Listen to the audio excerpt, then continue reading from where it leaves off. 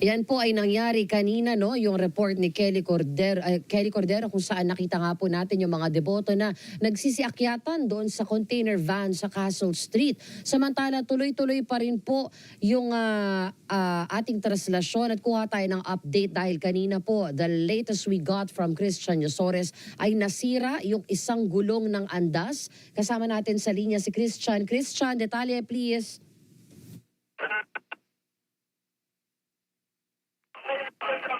Christian, go ahead. Yes, Erika, kakapto ko lang sa mga post de Nazareno, pero nilinaw nila na hindi naman pala talaga nasira yung gulo. Ang sabi, ang nangyari raw ay nabalahaw at pumangta lamang sa bangketa yung gulong, pero hindi naman ito talaga tuwi ang nasira yung gulong. Kumbaga maayos na naman yung apat na gulong ng kaya tuloy-tuloy na nakakausad itong andas po Nazareno. Sa ngayon, kaya dito pa rin ang andas sa may kahabaan ng Ayala Boulevard, kanto ng Natividad Lopez at halos kanina o halos tatlong pumilos ito yung andas at halos hindi gumagalaw dahil nasa napakadaming tao mga itiboto dito na unfortunately ay humaharap papabagal doon sa pag-usad ng andas. Ayon din naman sa mga ihos na nakausap ko ay wala pa rin naman problema doon sa tubig na anong mga nakalito sa taon ay napupunta at yung parehong both sides ng tubig ay nahihila para ubusad itong andas. Patuloy din natadagdagan yung mga itiboto dito na nirereskyuhan mga babae na rin po nakita kanina dito ay kitaalit na yung nakita po nga binubuhat ng mga medical team. Sa ngayon ay muling nagsigawan yung mga tumuto dito dahil umubusad na muli. Dahan-dahan na muling umubusad yung andas ng Poong Jesus Nazareno at papalapit na ito bakit na ng mismong Ayala Bridge. At yan ang balitang kumpirmado, sigurado para sa 2026. Ito ang Radyo Patrol, Christian Yosores. Maraming salamat, Christian Yosores. Hindi po pala nasira yung gulong ng andas. Paglilinaw lang po yun. Kundi tumama lang pala sa bangketa. Kaya po naantala yung pag-andar nitong andas ng Poong Nazareno. Pero ang daming tao, partner, talaga. Ang nakikita natin dito. Hindi po ito hindi po ito shoulder to shoulder. Oo.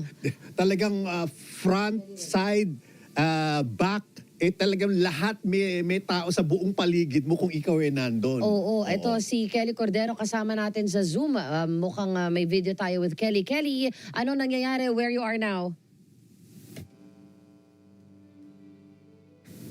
Peter, dito po ngayon sa may Castle sa Patyan ng Ayala Bridge. So, dumarating hindi pa rin tanaw dito ang andas ng Poong Nazareno, pero sa report nga ni Radyo Patrol Christian Yosores kanina, sa kabilang dulo ng bridge sa Natividad, sa Ayala Boulevard Natividad, tanaw na ang andas doon.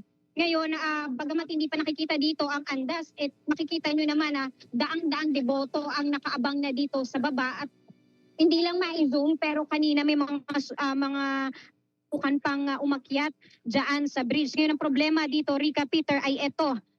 Ilalapit ko yung camera. Etong mga deboto kasi Rika, Peter, ay pinipilit pa nila mula dito sa Castle Street. Pinipilit nilang makapasok dito sa may Ayala Bridge para sumalubong mamaya sa pagdaan ng andas. Ayan, kung makikita nyo, nagkakagipitan na kanina sunod-sunod yung pagbalik ng medical team para alalayan at respondihan yung mga naghihimatay. Gaya nga nito, masyadong siksikan at hindi na ito nakokontrol ng pulis. Simula pa yan kanina. Kanina pinayagan sila. Pero dahil nga sa volume, hinayaan na lang sila na makapasok dito, makalabas-pasok dito kahit na may barrier at ipinagbabawal talaga dito ang Oops. Go ahead. Kelly, go ahead. So nakikita natin yung... At yan, ang balitang kumpirmado. Okay. Kelly, so yung nangyayari ngayon, sumasalubong itong daan-daan na mga deboto doon sa paparating na andas. Yes, tama ka dyan, Peter. Kanina, may isang grupo, malaking grupo ng mga hundreds din ng deboto ang pumasok dyan sa Ayala Bridge. Sumalubong mula ng Okay. Nakikita po para po doon sa kaya mga... siguro may pagbagal din ang Oo. pagpasok ng andas dito sa bridge dahil nga doon sa mga sumalubong at maliban pa sa sumalubong kanina mga 8 Oo. a.m. Ito rin ang problema, itong pumapasok pa mula dito sa Castle Street para makapasok dito sa Ayala Boulevard. Peter. Oo, sa Picasal Street yan. Ano ha? Nabanggit mo kanina na meron ng mga itinakbo sa mga first aid stations dahil may mga nasugatan? Yes, mga nahimatayan, Peter. Ayan, kung makikita nyo, hindi ko ama-zoom, pero yung mga naka-yellow, ayan, yung mga medical team, Oo. sila yung pabalik Okay. At sikan nito, Peter. sino yung humihila? Sino yung nag-e-extract doon sa mga hinihimatay? Itong mga staff or mga tauhan din ng sa Quiapo Church, itong mga volunteer ito, Peter, itong mga naka-yellow. Sila lang din. Ayan, kung makikita nyo, may dalag-dala silang pwede mahigaan itong mga naghihimatay at yung mga nangingimatay kasi nga dahil na rin sa uhaw at dahil na rin naipit dito sa gitgitan, sa gilid ng container van, Peter.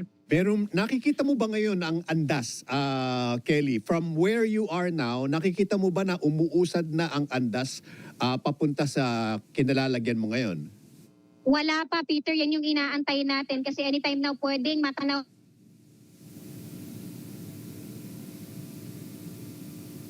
Napuputol pa rin ang signal ni Kelly, no? Habang dumidilim naman yung Oo, video. gusto ko malaman dito, Oo. partner, kung kasi sabi niya maski doon sa mga eskinita ay nagkakaroon na ng tulakan dahil nais nga makapasok ng mga tao doon sa mismong throng Oo. ng andas.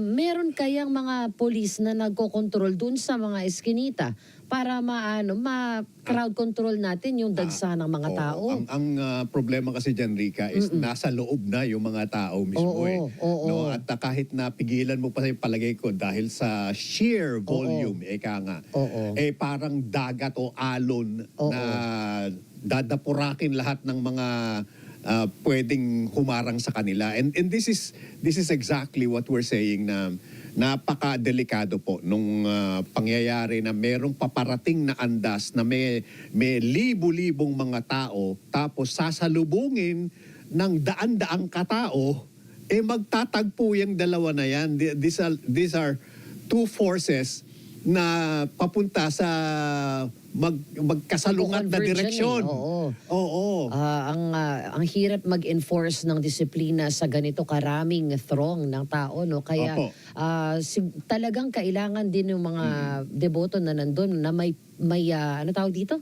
May yung state of mind mo ay nandun ka talaga. Kaya at alam mo ang may gagawin mga, mo. kaya may mga ihos, no, Oo. de Nazareno.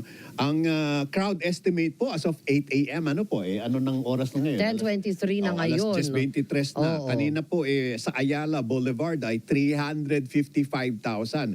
We can safely assume na more than 400,000 na po ang nasa Ayala Boulevard. Ang Quiapo mga 75,000 po as of 8 a.m. Sa Quirino Grandstand parang it's not changing at 10,000. Ito yung So mga more or nasa less, pahalik Yes. sa Quirino Grandstand. more or less, as of 8 a.m., kalahating milyon na po yung Oo. mga tao. Ayan, we are expecting a volume of 8 million people. Ito ay throughout the whole day naman dahil may mga darating pa yan mamayang hapon. Nawala po yung linya ni Kelly Cordero, mamaya babalikan natin. Nasa Castle Street. Paano nila ipopronounce? Casal. Casal. Hindi Castle. Hindi Casal. Casal Street sa Ayala Bridge si Kelly Cordero. Hindi pa niya nakikita yung andas pero sa huling report ni Christian Yosores ay paakyat na po ng Ayala Bridge ang andas. Muling gumagalaw na po, nakikita natin sa live for the purposes po ng nakikinig sa atin at hindi nakakakita, napapanood ang ating video, ay tuloy-tuloy naman po yung andar ng andas ng Poong Nazareno.